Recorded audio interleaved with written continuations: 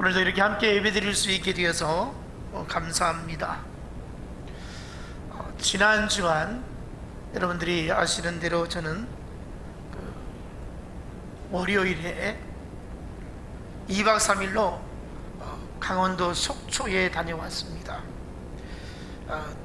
노예연합회 수양회가 열려서 거기를 갔었는데, 그 세미나를 듣는 가운데 여러 가지 내용 중에 어떤 강사 목사님이 말씀을 선포하는데, 참 참석하신 여러 목사님들이 큰 위로를 받고 힘을 얻었던 말씀이 생각이 납니다.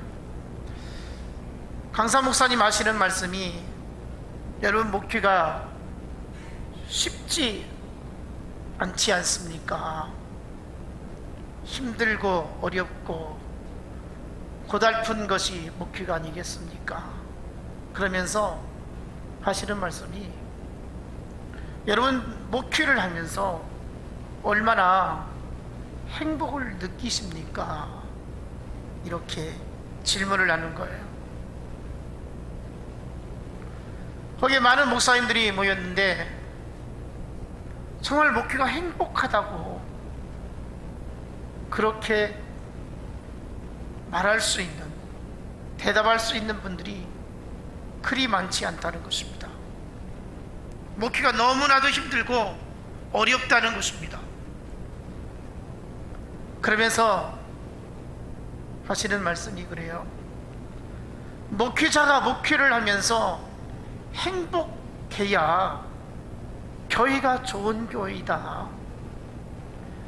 여러분이 행복을 누리려고, 행복한 목회를 하려고 힘을 써야 한다는 것이죠. 행복하지 않은 환경 속에서 행복해지려고 힘쓰라는 것입니다. 목회자가 행복하지 못하면 성도들이 신앙생활이 힘들어진다는 것입니다. 목회를 하면서 마지못해서 어쩔 수 없이 하거나 힘들어 지쳐 있으면 안 된다는 거죠. 목사가 복음에 붙들려 있으면 행복해질 수 있는데, 그렇지 못하니까 목회가 힘들다는 것입니다. 목회하다 보면 얼마나 많은 애환이 있는지, 수없이 상처를 받게 되어지고 지쳐서 당장이고 그만두고 싶을 때가 한두 번이 아니었을 것이라고. 그러면서 목회 현장은 갈수록 삭막해지고 있다고 이렇게 말하는 것입니다. 사실 그렇습니다. 오늘날 성도들에게 하나님의 말씀을 가르쳐도 변화되지 않는 모습, 늘 하나님 앞에서 하나님의 나라와 의를 먼저 구하라고 가르침에도 불구하고 전혀 끔찍하지 않는 모습, 믿음이 성장이 일어나고 하나님 앞에 신실한 체험을 가져야 되는데 그렇지 못한 모습을 바라보면서 영적인 성장도 안 되거니와 수적인 성장도 전혀 되지 않고 오히려 떨어지는 이런 목회 현장을 바라보면서 얼마나 회의감을 갖고 이 목회에 대한 의욕을 상실해가는 오늘날 목회 현장의 모습을 많은 목사님들이 말하고 있습니다. 그런데 강사 목사님이 이런 이야기를 해요. 여러분, 아무리 힘들어도 우리가 지금 목회하는 현장은 아프리카 오지보다는 낫지 않습니까? 목회하면서 지금 먹을 것 입을 것 걱정하며 목회하고 있습니까? 그래도 먹고 사는 데는 그렇게 문제가 되지 않지 않습니까? 아무리 교인들이 말을 안 들어도 여러분, 자녀들, 사모님들 말 잘 듣습니까? 사모님들이 목사님의 말씀을 잘 듣는 사모가 있다면 정말 행복한 목회일 것이고 행복한 삶을 사는 것이라고 여겨집니다. 그러나 대부분의 목사님, 사모님들이 목사님 말씀 잘 안 듣습니다. 그런 이야기를 하시면서 힘내라는 거예요. 어떤 목사님이 목회를 하는 데 있어서 채 1년, 2년도 못 견디고 그 교회를 떠날 수밖에 없이 그런 목회를 하더라는 거예요. 그래가지고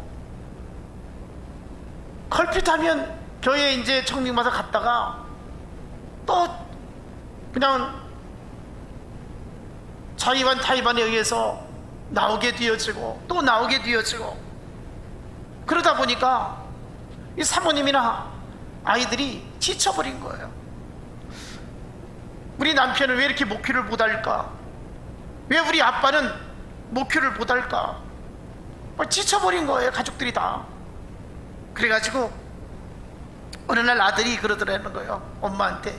엄마, 차라리 엄마가 목회하면 더 잘할 것 같아. 그렇더라는 거예요. 저는 이 이야기를 들으면서 여러 가지 생각을 해보았습니다. 내 목회 현장은 어떤가? 그래도 위로가 되었습니다. 그래도 힘이 생겼습니다. 왜냐하면 좋은 환경 속에서 이렇게 대접받으면서 목회하고 있다, 이 생각이 드는 거예요. 그래도 나는 참 행복한 목회자이구나, 이런 생각을 했어요. 우리 교인들은 주의 종에게 순종을 훨씬 사모보다 잘한다, 이런 생각이 들었어요. 그래서 나는 행복한 사람이다. 사실 목회자는 조금만 잘못하면 용납이 되지 않거든요. 목사도 사람인지라 잘못할 수 있어요. 말을 잘못할 수 있고요, 행동이 실수할 수 있어요. 그런데 지금까지 우리 성도들이 저를 바라보면서 이해해주고 용납해주고 사랑해주고, 어떻게 목사님이 그럴 수 있느냐고 따지지 않고 비난하지 아니하고 저를 귀하게 여겨주시는 그 사랑이 너무나도 감사하다는 생각을 가지게 되었어요. 저는 행복한 목회를 하고 있구나. 여러 사람 말을 들어보니까 목회가 너무너무 힘든 거예요. 두 다리 쭉 뻗고 잠을 잘 수 없을 지경으로 가시방석인 거예요. 저는 거기에 비하면 참 목회가 쉽고 행복하다는 생각을 갖습니다. 사실 교인들을 보면 성격도 다양하죠. 바라는 것도 다 달라요. 교인들을 충족시켜준다는 것이 쉽지 않아요. 그런데 우리 성도들을 바라보면 그래도 제가 잘못 알고 있는지는 모르겠지만 주의 종에 대해서 비난 섞인 말들은 그리 많게 하지 않는 것으로 여기고 있는데, 알고 있는데 모르겠습니다만은 제가 지금 스스로 위안을 받고 있습니다.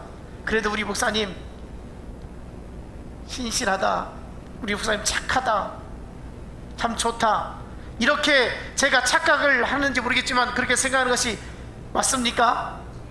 정말 맞나요? 그래서 저는 행복한 목회자라고 생각이 되어집니다. 오늘 본문에 보니까 바울이 3차 전도 여행 때 3년간이나 눈물로 세운 에베소 교회 장로들에게 자기가 목회하면서 겪었던 고달팠던 이야기, 내가 어떻게 성도를 섬기고 사랑하며 목회를 했는가, 이것을 말하고 있습니다. 어떻게 보면 에베소 교회를 향해서 고별적인 설교를 하고 있는 거죠. 17절을 보면 에베소 교회를 방문하지 못하는 그 바울의 그 안타까운 심정을 가지고 그 교회 지도자인 장로들을 불러서 권면을 하게 됩니다. 18절 본문 말씀 보니까 오매 저희가 말하되 아시아에 들어온 첫날부터 지금까지 내가 항상 너희 가운데서 어떻게 행한 것을 너희도 아는 바니. 에베소 교회 장로들이 이제 바울에게 왔습니다. 그때 권면을 하죠. 너희도 아는 바니. 바울이 그 에베소 교회 장로들에게 하는 말이, 내가 당신들과 함께 목회를 어떻게 했는지 알고 있지 않느냐, 내가 교회를 위해서, 주님을 위해서 어떻게 섬기고 헌신하였는지 잘 알고 있지 않느냐, 내가 탐욕을 채우기 위한 어떤 것도 하지 않은 것 알고 있지 않느냐, 내가 사리사욕에 빠져서 목회하지 않았다는 것 다 알고 있지 않느냐, 오직 내가 죽기 살기로 하나님의 영광을 위해서, 주의 몸된 교회를 위해서 사명 감당한 것 잘 알고 있지 않느냐. 저는 이 설교를 준비하면서 이런 생각을 해보았습니다. 제가 교회를 2000년도 5월에 개척을 하고 지금 23년 동안 오는 동안에 제가 어떻게 목회를 하였는지, 제가 어떻게 교회를 섬겼는지, 어떻게 성도를 사랑했는지 우리 교인들은 얼마나 알아줄까. 초창기에 함께했던 성도들이 그리 많이 남아있지 않습니다. 중간중간에 오신 분들, 그래서 믿음의 한 식구가 되신 분들이 과연 제가 가지고 있는 목회에 대한 그 간절함, 또 성도를 사랑하는 그 뜨거운 마음을 얼마나 알고 있을까. 교회를 위한 것이라면, 성도들을 위한 것이라면 변함없이 헌신을 다하고 충성을 다하고, 하나님의 나라를 위한 것이라면 결코 게을리지 아니하고 힘썼던 것, 과연 우리 성도들이 얼마나 알아줄 수 있을까, 이런 생각도 해보았습니다. 오늘 본문 19절로 21절을 보면 바울이 지나간 과거를 회상하면서 에베소 교회 3년간 목회할 때에 어떻게 했는가, 이것을 말하고 있습니다. 19절 곧 모든 겸손과 눈물이며 유대인의 관계를 인하여 당한 시험을 참고 주를 섬긴 것과, 여기 보니까 뭐라겠습니까? 모든 겸손과 눈물과 시험을 참았다, 이렇게 말씀하고 있어요. 목회하면서 겸손했다는 거예요. 눈물 흘렸다는 거예요. 시험을 참았다는 거예요. 그래서 많은 인내가 있었다는 것입니다. 여러분, 주님을 섬긴다는 건 바로 이것이죠. 겸손한 거예요. 그리고 눈물 흘리는 거예요. 그리고 시험을 참는 거예요. 여러분, 목회라는 게 이것 아니겠습니까? 교회를 섬기고 성도를 섬기는 것, 겸손하지 아니하면 할 수 없는 일이겠죠. 눈물 없이는 감당할 수 없는 일이겠죠. 수없이 많은 시험거리가 찾아오지만 그것을 참는 것이라는 것이죠. 여러분, 우리가 신앙생활하면서 이렇게 신앙생활을 해야 한다는 거예요. 겸손하게 신앙생활해야 하고, 눈물 흘리며 신앙생활해야 하고, 또 오래 참으면서 신앙생활해야 한다는 것입니다. 사도 바울이 교회를 이렇게 섬기면서 에베소 교회 장로들에게 마지막 부탁을 하고 있는 거예요. 내가 이렇게 목회했으니 너희들도 이렇게 겸손하게 섬겨야 한다. 여러분, 사람이 겸손하지 아니하면 아무리 좋은 일을 했어도 인정받지 못합니다. 아무리 어떤 성과를 거두었다 해도 겸손하지 못하면 그것이 빛을 발하게 된다는 것이죠. 바울은 인간의 어떤 힘과 지식을, 어떤 방법을 가지고 목회하지 않았습니다. 오직 겸손으로 목회했다는 거예요. 여러분, 겸손이란 무엇입니까? 먼저 자기 자신을 생각하지 않는 거예요. 내 욕심을 내려놓는 거예요. 자기를 드러나지 않는 거예요. 자기 자신이 죽어지는 것이 바로 겸손인 것입니다. 그래서 우리 주님 말씀하시죠. 아무든지 나를 따라오려거든 자기를 부인하고 자기 십자가를 지고 따르라고 그랬습니다. 이게 바로 겸손한 모습이라는 것이죠. 내 생각, 내 주장, 내 방법으로 무엇인가 하려고 하면 다툼이 생기고 잡음이 생기고 일이 그르칠 수가 있는 것이죠. 우리 모두가 하나님 앞에서 겸손한 삶을 살아야 될 줄 압니다. 우리가 주님을 사랑하지 않는 것도, 주님의 일을 하지 않는 것도 무엇입니까? 겸손하지 않은 것이죠. 교만한 것이에요. 예수 믿는 우리들은 겸손하지 아니할 때에 얼마나 많은 갈등을 초래하는지 몰라요. 지금보다 더 훨씬 신앙생활을 잘하려면, 복음에 붙잡힌 신앙생활을 하려면 하면 겸손해져야 한다는 겁니다. 내 생각, 내 방법들을 내세우다 보면 자꾸만 문제가 생기게 된다는 것이죠. 바울은 그랬습니다. 자기 스스로를 가리킬 때에 나는 그리스도의 종이라 이렇게 여겼습니다. 종이 무엇입니까? 자기 마음대로 행하는 사람이 아니죠. 종은 주인이 시키는 대로 살아가는 것입니다. 철저하게 주인을 위해서 내가 해야 할 것이 무엇인가를 찾는 것입니다. 바로 신앙생활이 그겁니다.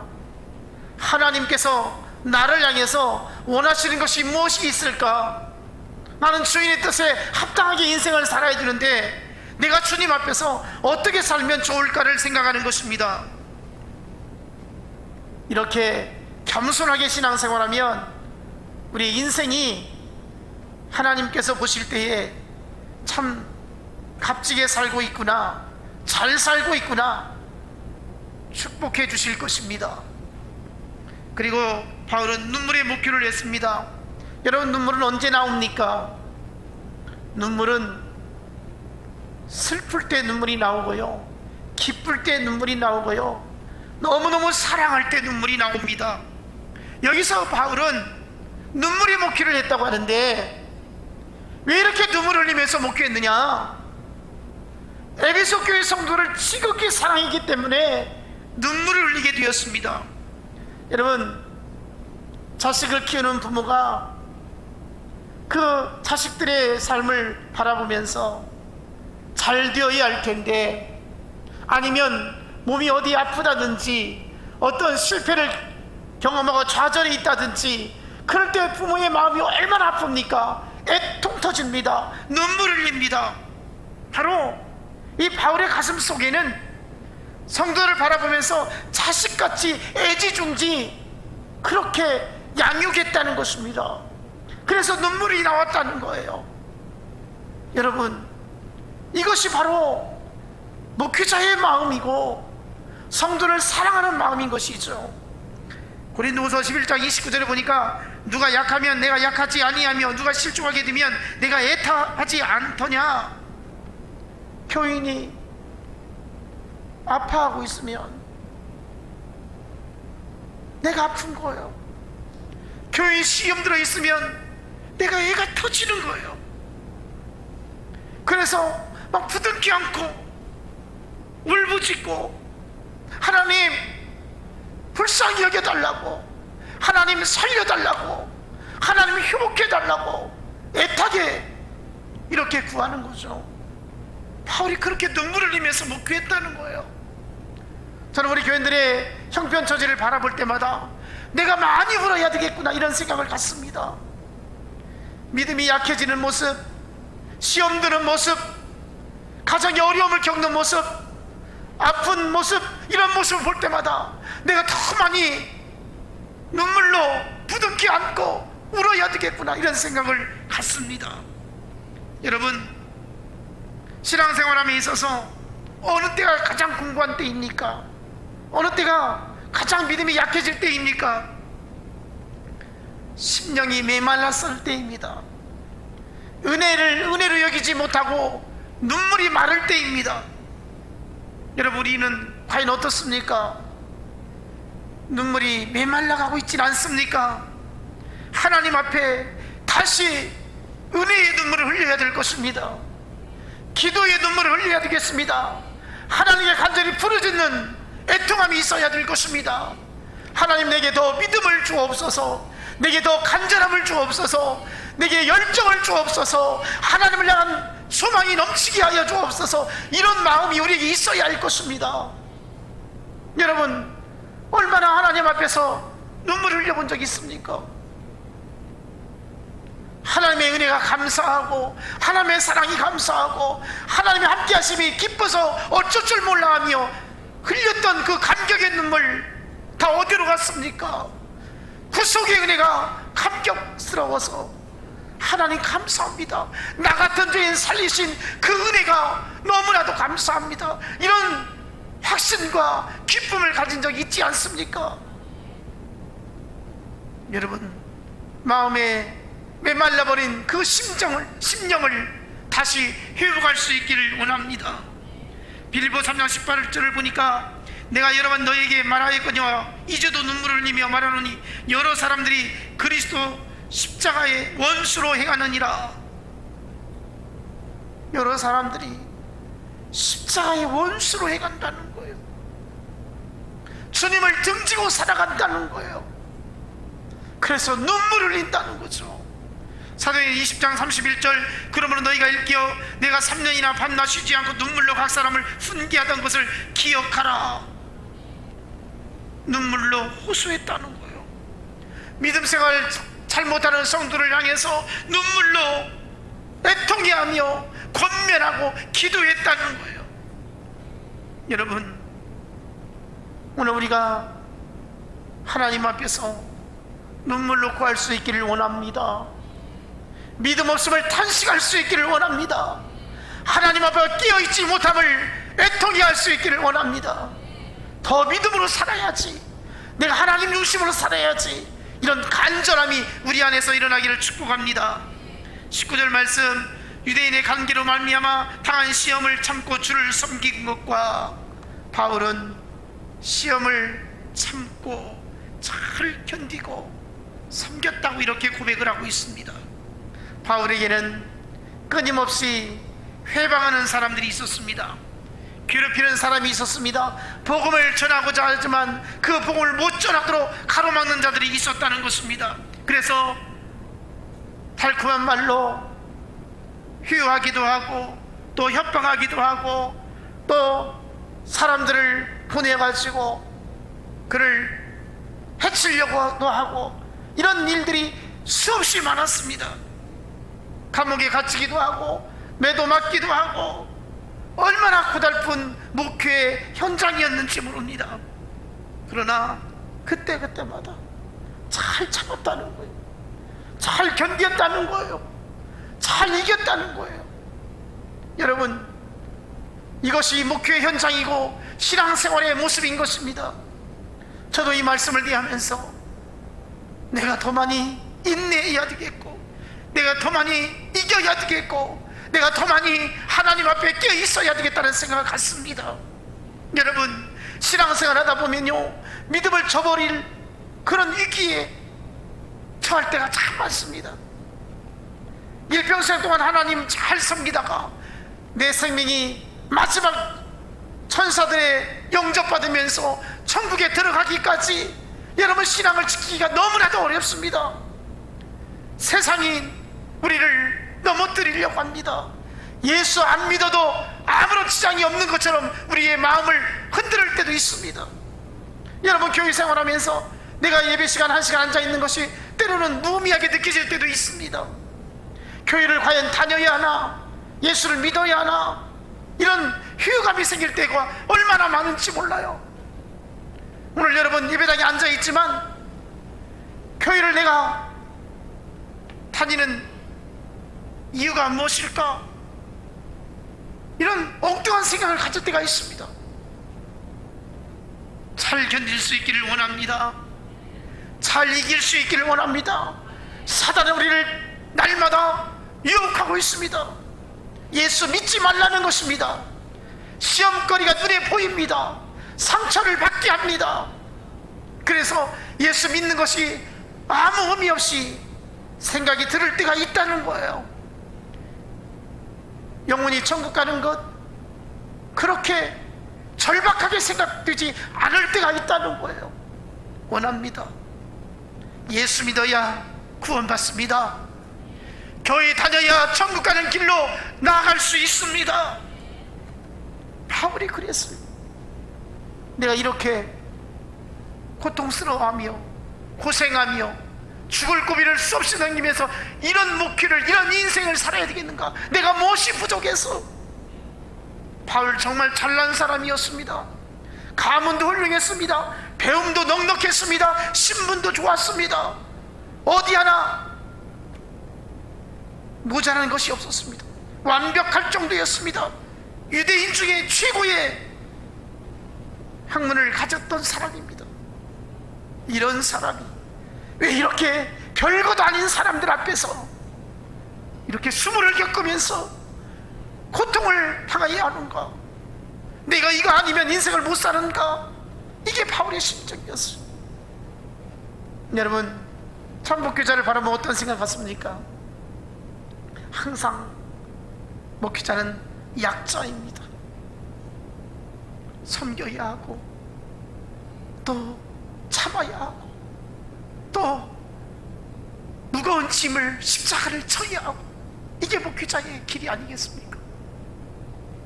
비단 저에게만 적용되는 말씀입니까? 우리 예수 믿는 사람들은 다 그렇게 살아야 한다는 것이죠.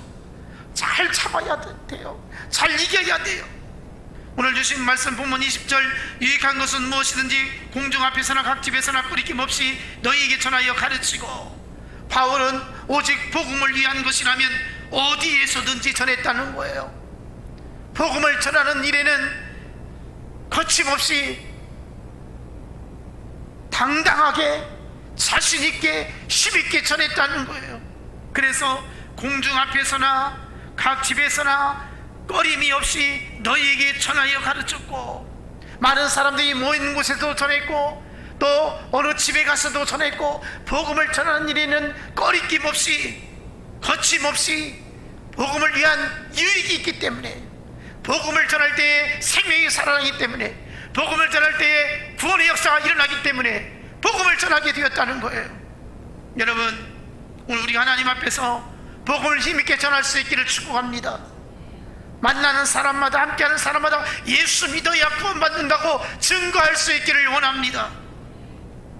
그래서 하나님의 나라가 우리를 통해서 이루어지기를 축복합니다. 본문 21절을 보면 바울은 하나님께 돌아오게 함과 주 예수 그리스도의 믿음을 증언한 일을 행했다 그랬습니다. 하나님께로 돌아오게 하는 일에 증언했다고 그랬습니다. 여러분, 하나님께 돌아와서 회개하면 예수 그리스도로 채워져야 하는 것입니다. 복음을 들었으면 예수 믿는 확신을 가지고 힘있게 담대하게 살아야 되는 것입니다. 주님의 일은 감정으로 하는 것이 아닙니다. 주님의 일은 억지로 할 수 없습니다. 주님의 일을 함에 있어서 후회해서는 안 됩니다. 하나님 앞에 감격한 마음을 가지고 사명을 감당해야 될 것입니다. 여러분의 섬김을 통해서 문 영혼들이 하나님께로 돌아오고 예수 그리스도를 증언할 수 있는 역사가 있기를 축복합니다. 바울은 이제 예루살렘으로 가야 함을 말하고 있습니다. 주신 말씀 22절, 보라 이제 나는 심령의 매임을 받아 예루살렘으로 가는데 저기서 무슨 일을 만날는지 알지 못하노라. 무슨 일을 당할는지 알지 못한다. 거기에 가면 무슨 일을 당할는지, 내가 성령의 이끌림으로 예루살렘으로 가는데 거기에서 무슨 일이 일어날는지 알지 못한다. 인간적으로 생각해 보면 험난한 여정이 기다리고 있다는 거예요. 본문 23절, 오직 성령이 각성해서 내게 증거하여 결박과 환난이 나를 기다린다 하시나. 거기에 가면 결박이 기다린다는 거예요. 환난이 기다린다는 거예요. 핍박이 기다린다는 거예요. 죽음이 기다린다는 거예요. 그렇지만 가야 한다는 거예요. 왜? 성령께서 가라고 하니까, 성령께서 그곳에 가야 한다 하니까, 나를 인도하시니까 내가 가야 한다는 거예요. 거기에서 뭐 하라고? 사명을 감당하라는 것입니다. 거기에서 복음을 전하는 것입니다. 그래서 바울은 본문 24절, 나의 달려가기가 주 예수께 받은 사명 곧 하나님의 은혜의 복음 증거하는 일을 마치려 하면 나의 생명을 조금도 귀한 것으로 여기지 아니하노라. 목숨을 귀하게 여기지 않는다는 거예요. 생명을 귀하게 여기지 않는다는 거예요. 복음을 증언하는 일에 있어서 내가 절대로 내 안일함을 내세우지 않겠다는 거예요. 목숨을 바치고서라도 복음을 증거해야 되겠다는 거예요. 여러분, 우리는 목숨을 거는 일이 무엇이 있습니까? 사람들은 돈의 목숨을 겁니다. 명예의 목숨을 겁니다. 권력의 목숨을 겁니다. 사랑의 목숨을 겁니다. 가장 큰 결단이 우리에게 필요한데, 목숨 걸을 만한 일은 오직 복음인 것입니다. 복음을 위해서 목숨을 걸 수 있기를 원합니다.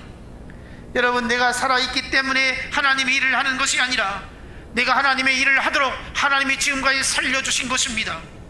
내게 지금 건강이 있습니다. 내게 물질이 있습니다. 내게 좋은 환경이 있습니다. 이 모든 것 복음을 전하도록 하기 위해서 하나님이 내게 주신 것이라고 믿을 수 있기를 원합니다. 그래서 하나님 나라를 위해서 힘있게 쓸 수 있기를 원합니다. 아낌없이 복음을 위한 일이라고 하면 여러분 마음껏 쓸 수 있기를 원합니다. 우리 인생이 무한한 것이 아닙니다. 영원한 거 아닙니다. 이 땅에서 영원하지 않다는 것입니다. 우리의 인생은 하나님의 나라에 영원한 것입니다. 천국에서 영원한 것입니다. 살아있는 동안에 우리의 인생을 멋지게 복음에 붙잡혀서 살아갈 수 있기를 주님의 이름으로 축복합니다. 기도하겠습니다. 하나님 아버지, 감사합니다. 복음에 붙들려 살게 해주시고 하나님 앞에서 믿음으로 승리하며 살게 하여 주옵소서. 아버지, 복음을 전하는데 내 자신이 목숨을 아낌없이 내어놓고 헌신을 다하고 충성을 다하고 사명을 감당할 수 있는 우리들 되게 하여 주옵소서. 축복해 주심을 믿사오고 예수님 이름으로 기도하옵나이다. 아멘.